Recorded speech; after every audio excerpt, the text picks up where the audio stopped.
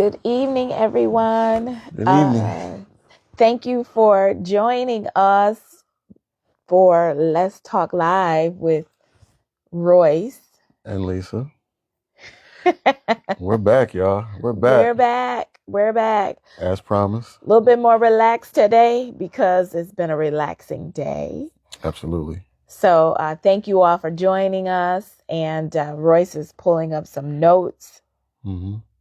While I'm pulling up the notes, why don't you tell them a little bit about the topic that we're talking about today? So what was it other than plots?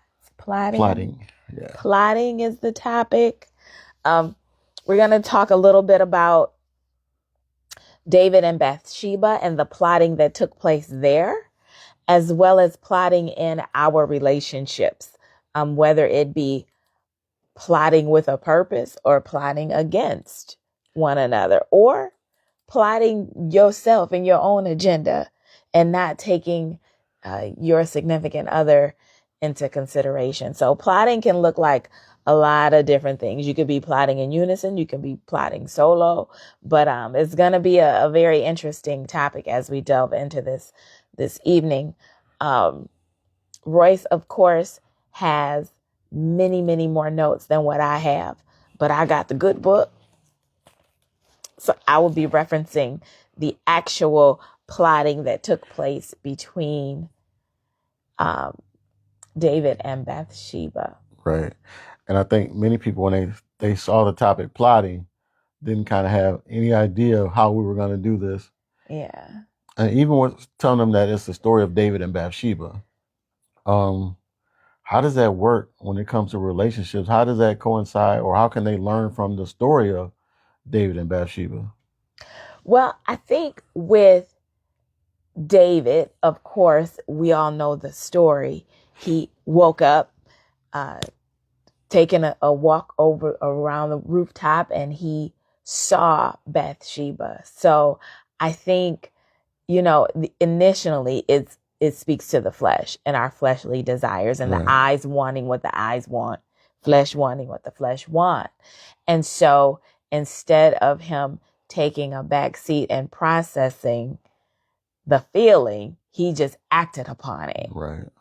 And so then he set forth his plot, plotting to get her and then plotting to kill her husband. Which created the problem. He acted without integrity. None. Go ahead.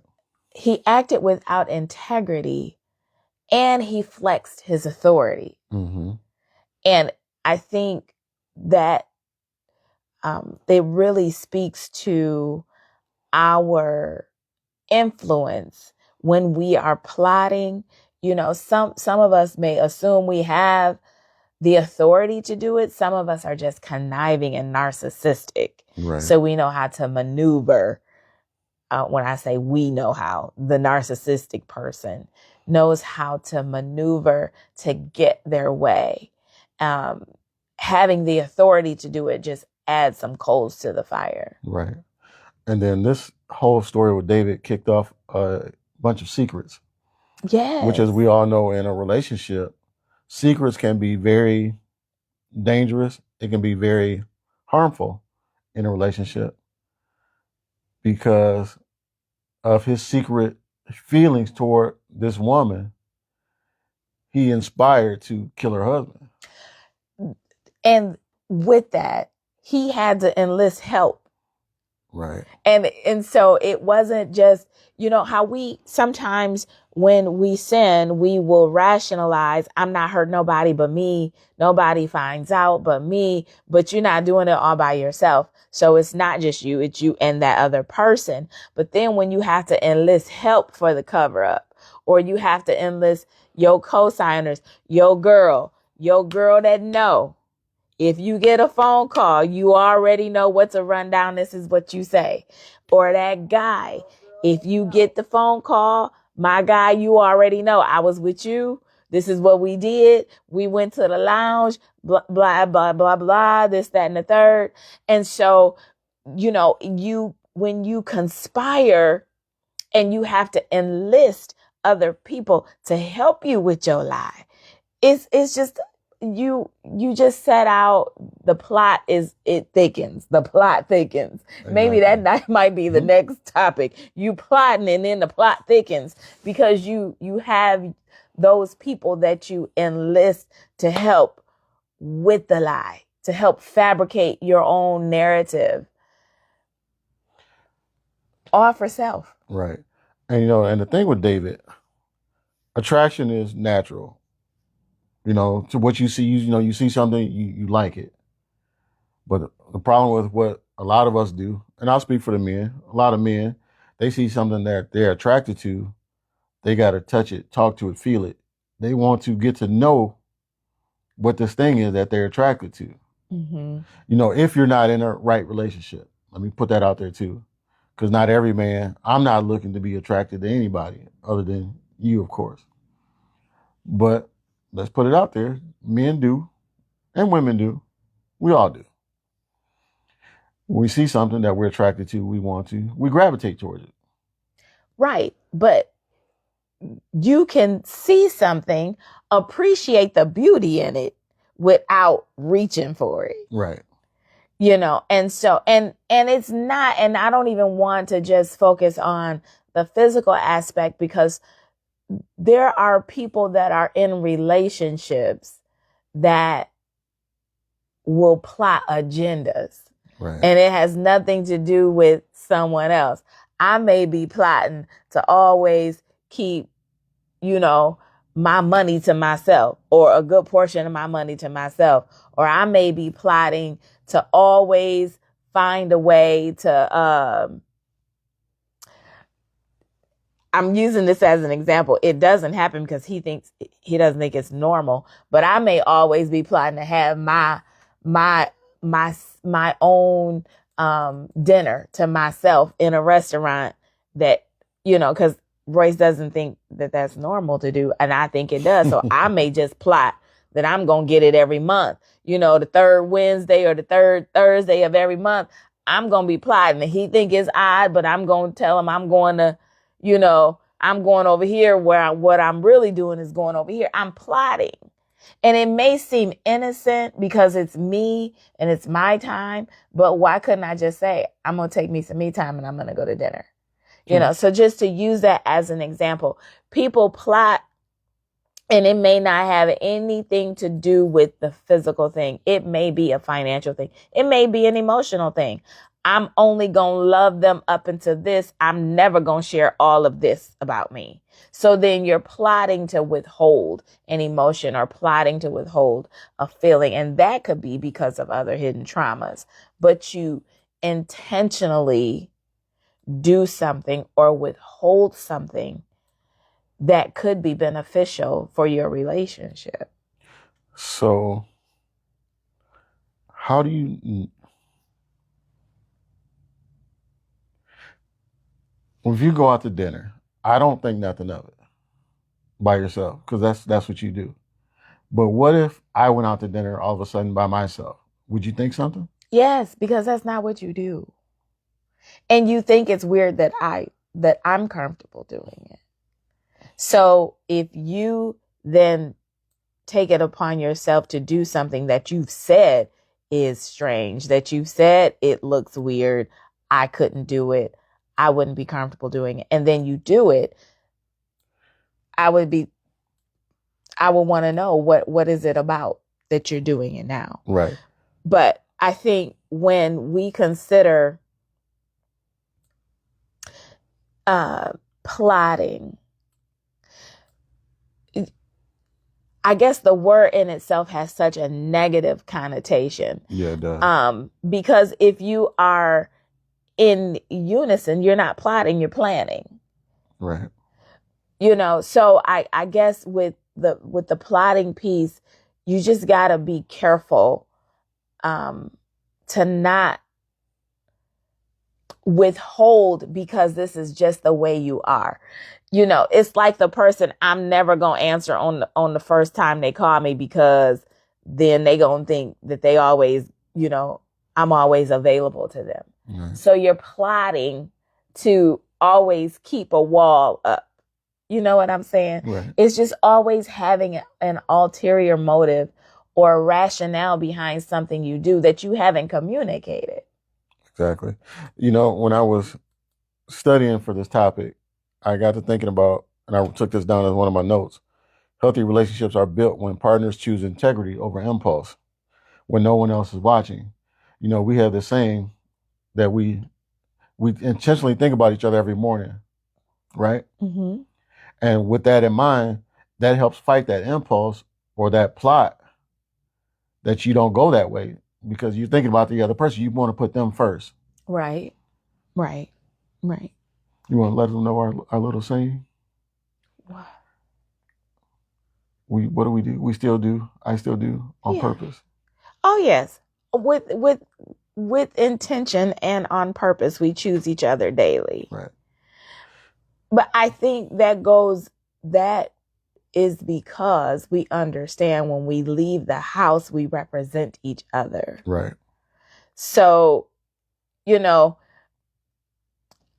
if I'm plotting against you, then I can't be a representative for you. Right. Not just that, but then you can't choose me.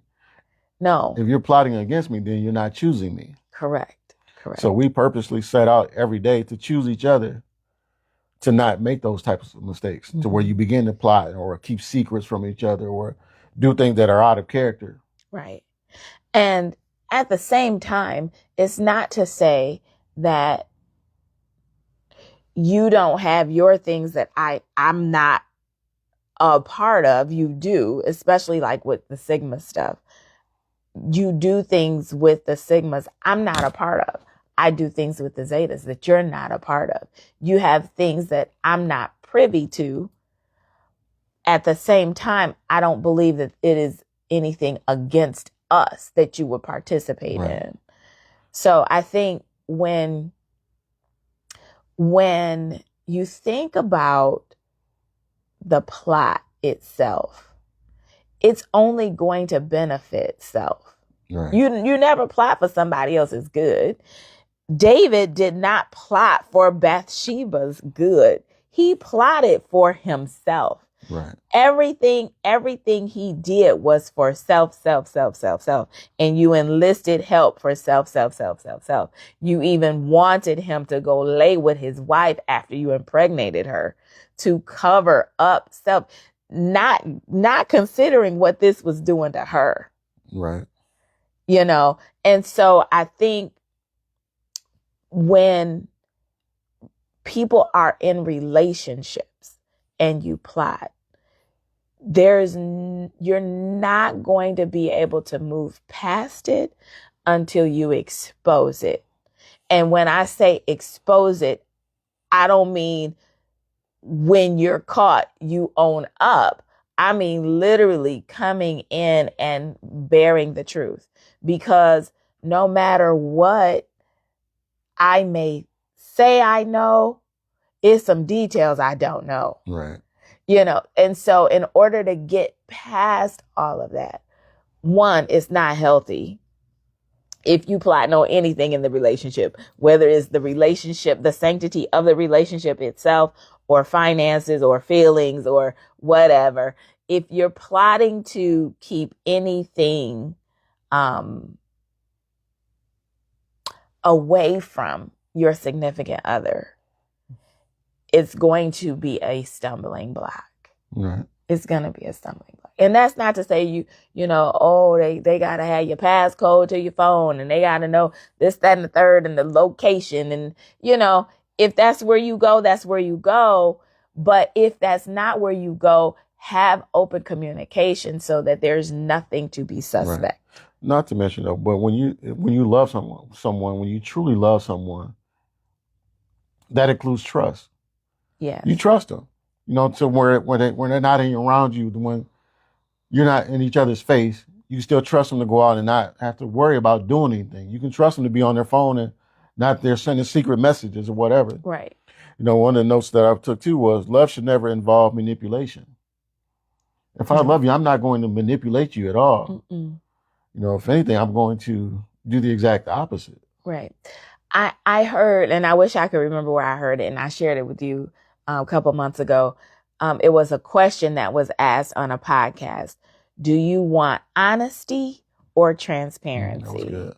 It was so good. Now, I wish I could remember who posed that question, but it was honesty or transparency. Which one would you want?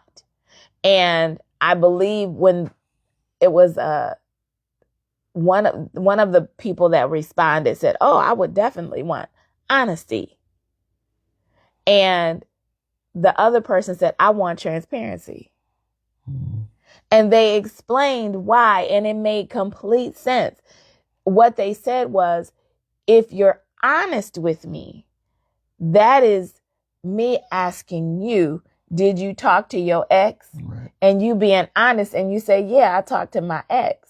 But transparency says, babe, guess who called me today? My ex. So you're coming in with the transparency, so I don't have to ask you to be honest about what I found out. Right. You know, you don't have to play those word games that we do. Right. You know, when you can be open and honest and show that transparency, it makes the relationship better. Right. It makes it tighter, stronger to me. Mm-hmm. Because now I don't have to sit back and wonder, do I got to ask, how do I ask this? How do I frame this question? Right. Or I got to keep digging. Well, what else? And what else? And what else? And then what happened after that? That's a plot twist. Because now you're digging. That's a plot. Right. If I have to peel back the layers and I have to keep asking a question to get to the next question, it's kind of like earlier today, I left. Okay, so earlier today I left to go to the store. Okay, but I knew when I left the house, I needed to go to Sherman-Williams to drop off some old paint. Then I was going to go to the store. And I dropped off the paint, but he didn't know I was going to drop off paint. So I went and dropped off the paint.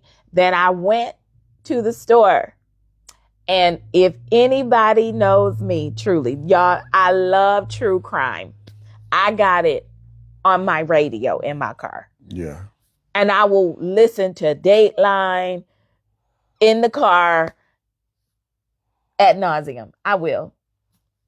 And so it was an episode on when I got in the car that I hadn't heard before. And so I'm listening and I got it right at the beginning. So when I got to the store, I thought if I get out and I go in the store, I'm going to miss what happened. So I sat in the car and I listened to Dateline and I played games on my phone. That's why I got 12% on my battery right now. Because I sat in the car and I listened to Dateline and I'm looking at the time and I'm thinking, girl, you need to go in this store and get what you got to get and get home. But I wanted to listen to the Dateline. So I go in the store. I listen to the whole thing. I go in the store, get what I need, got in the car, came home. Roy said, where you been? I've been at the store. You been at the store all this time? Yeah, I really was. What else did you get? I only got what I said I was going to get, and I didn't spend a dime more. I didn't buy no lemonade. I didn't get nothing. Nothing. Well, you've been gone an awful long time. I said, yeah, I was. And so you see what I'm saying? He had to keep asking the questions to peel back. He's like, well, what were you doing? Well, truth be told, I was listening to Dateline in the car because it was a good episode and I didn't want to get out the car. And so there was nothing wrong with what I did, but and truly it wasn't like I was keeping it from him. But it was interesting how I allowed him the rope to have to keep asking me the question. So what did you do? Why did it take you so long? But because there was nothing hidden, I thought it was interesting how I probably would have went straight to, you've been gone 45 minutes. What have you been doing for 45 minutes? But he didn't. He went layer by layer by layer and kept asking the questions. Now, some of you will probably say, why don't you just own up and be like, da, da, da, this is what I was doing. He wasn't asking the right question. Aha. Moment. You gotta, if you're looking for truth, you gotta ask the right questions. Mm-hmm. Because if you don't get asked the right questions, you're gonna get the 20-minute conversation of going around you the can mulberry skirt. bush. Yep, just keep skirting around it. And what you want is the nuts and bolts. What have you been doing for 45 minutes? Now, that's another thing about men and women, the way we conversate. Yeah. Because a man will come in and be like, I did this. This is what I did. Mm-hmm. You, on the other hand, I got to keep asking questions. Yeah. And the story gets longer and longer and longer. And it was like, you could have just said, I was sitting in the car listening to Dateline. Right. I could have. So that's one of the ways that we're men and women, the communication barrier is different. Somebody said that are they greedy if they want both transparency and truth? So my thing was, if you get transparency, you get transparency and truth. Mm-hmm. If you only want truth, then you don't get all the transparency that you want. So the answer, simply put, is transparency gives you both. So, but you're not being greedy either way. I don't think it's greed at all, because you should have both. You know, there may be circumstances where you do have to ask the question, did such and such, did you, perfect example. I get an alert on the phone when, one of our cards are used, and I got an alert on the phone. You all are going to hear someone come in our front door. My daughter just pulled up.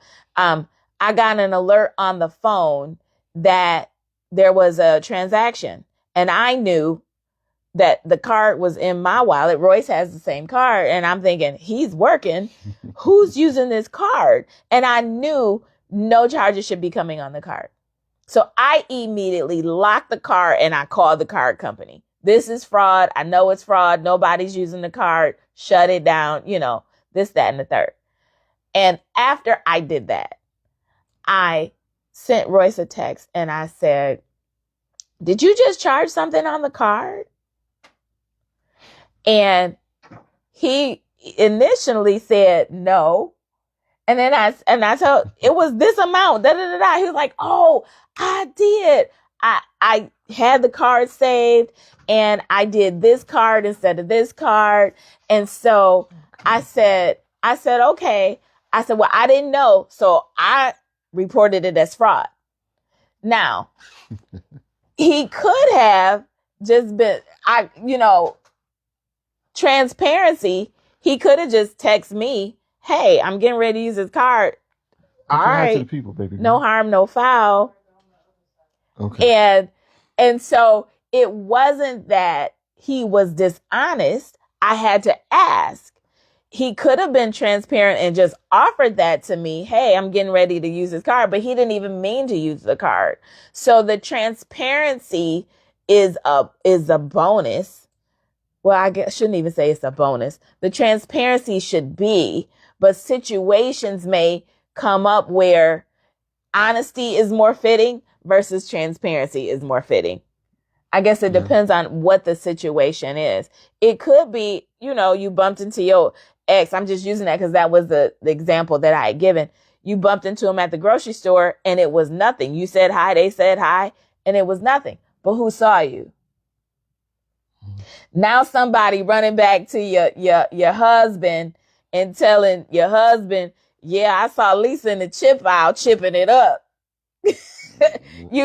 And instead of me coming home and being like, I ran into so-and-so in the chip aisle and we was, had a good conversation. He doing this, he doing that now, blah, blah, blah.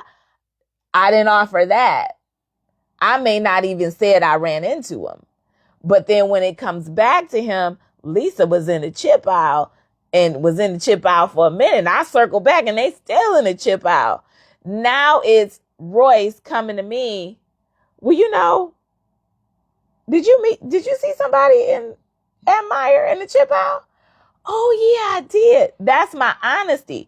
But if I'm hung up in the chip aisle talking to somebody for 10, 15 minutes, I'm probably going to come home and tell him, guess who I ran into the chip aisle? Because it took me it took me a while to get home when he knew I was just grabbing Doritos and some cheese and I should have been home. Right. So I guess you just got to be mindful of the situation where you should lead with transparency or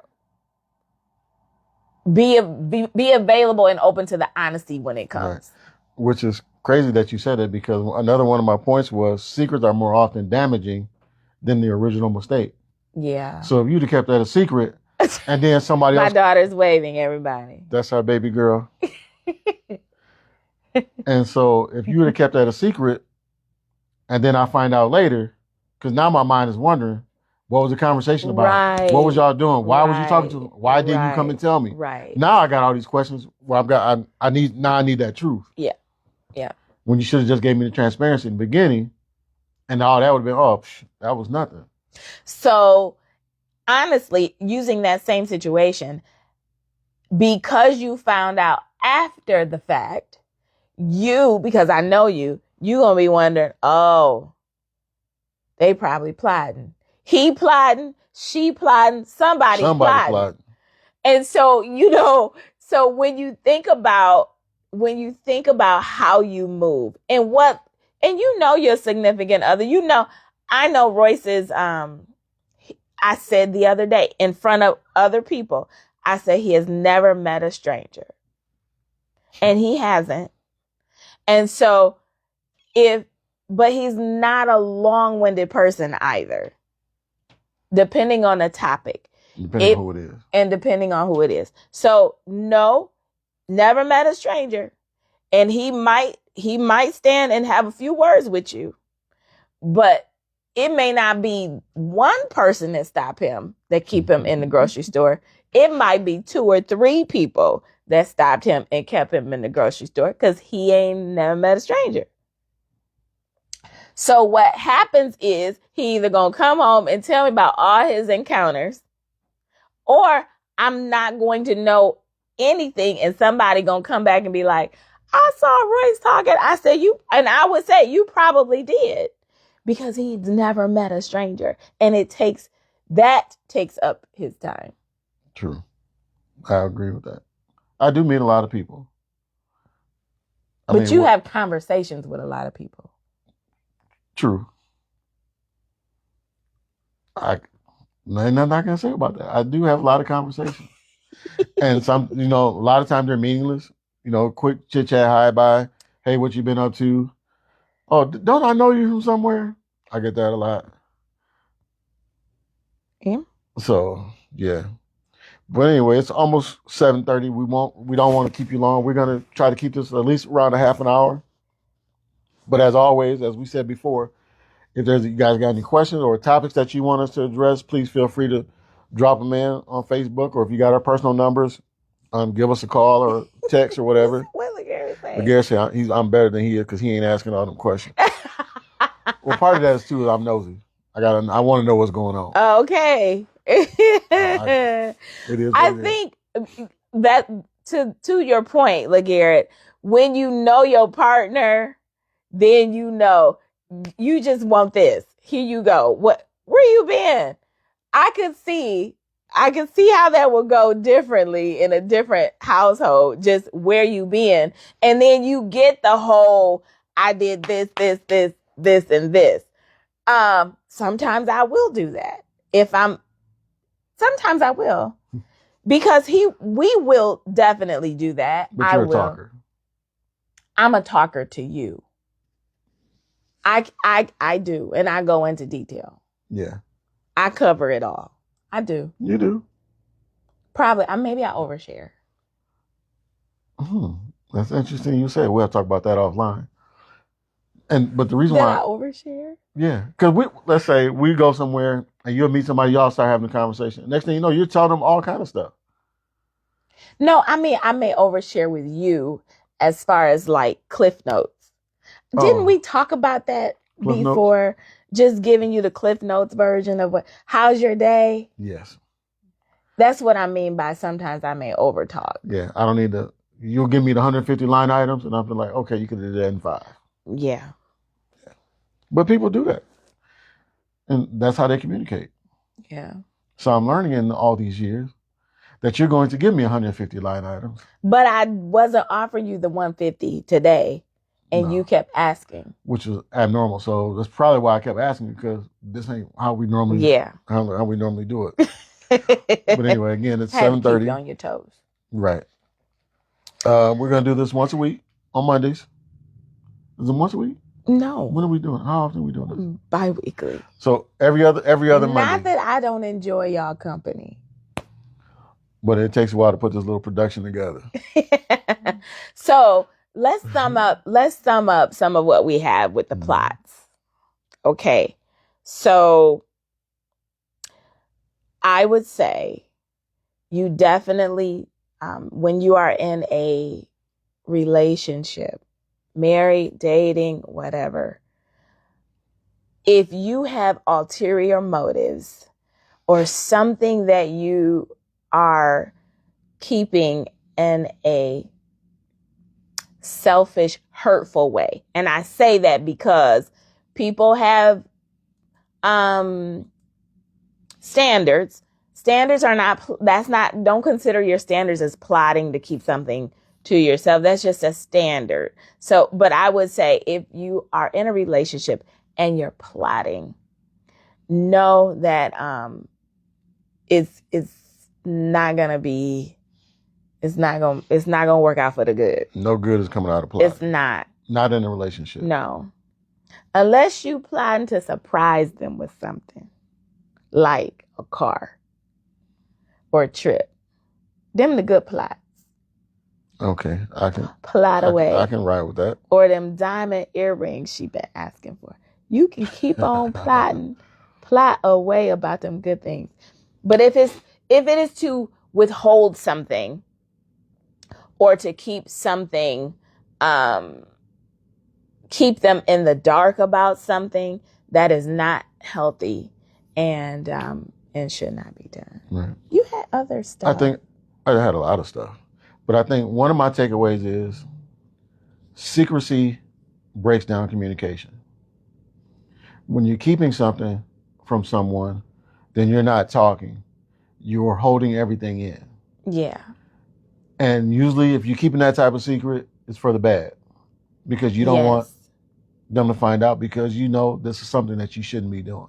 Mm-hmm. Secrecy also kills transparency. Absolutely. So transparency breaks down. Transparency builds up communication. Yes. It gets you to use your words. Yes. As you would say. Yes. that I'm learning. Yes. From the author, to use your words. Use your words. And you know what's crazy is, as much as I love to write, I have a hard time saying it in person. Mouthing the words. I can write the words. Yeah.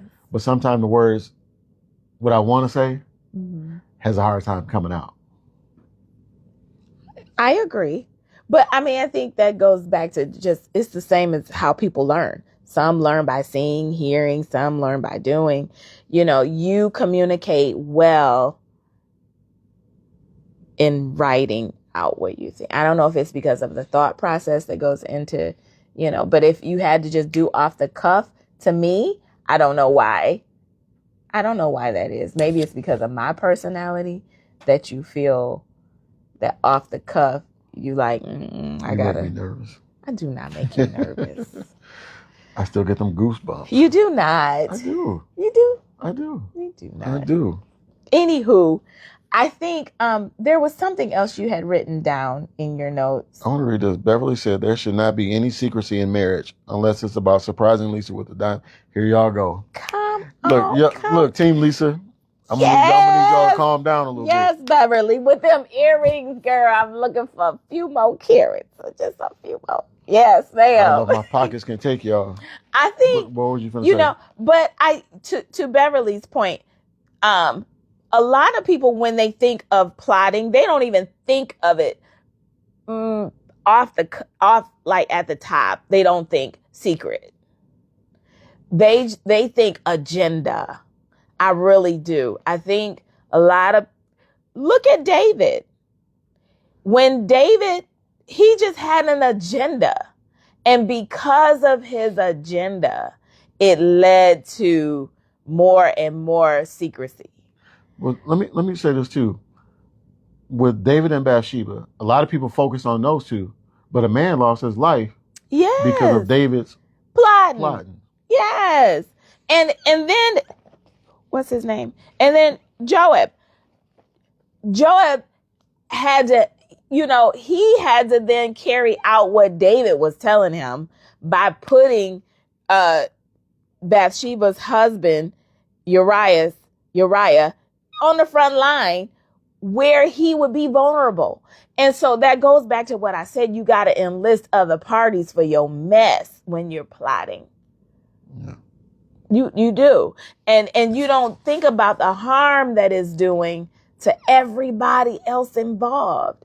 You just like, well, it's just this little old thing. It's not. It's people's feelings are involved in history, and Bathsheba had this child now, and and it was just so, or the pregnancy, it was just so much, and so much it's exhausting. Yeah. Because if you plot, let's just change that word out for plot to lie. If you lying about this thing, then you got to use another one to cover that up. And, those hidden agendas just never fare well. They never fare well. Even if you're thinking futuristically, that it may, is just for this season or just for this time, you carry that. Because if you never, like I said, if you never come back with the full transparency of what you were plotting, now if you get away with whatever it was you were plotting, you still have to carry the secret of it all, right, for the life of your relationship. That's good. Well, now, what were you talking about? This story has so much that we could probably break down. It's too much to do. I highlight a couple of things, when it comes to relationships and plotting and things like of that nature, because it's important to have those conversations with your significant other, whether you're in a married or you're just in a committed relationship. Communication is key. And so one last thing, y'all, I got a new book coming out. I'm so excited about the book. Appreciate y'all. My other fellow author, She Publishing. Yes. Everything blessed. Everything. But thank y'all for tuning in. We're gonna end the show, or in our podcast. What do we even call this? A podcast? I don't know. Well, whatever it is that we're calling it these days. Our live. Well, thank you for tuning in to our live. And we will be back with more in-depth conversation about different things. You're gonna always get a word. You will always gonna get a word with us. All right, y'all. Ooh. Take care.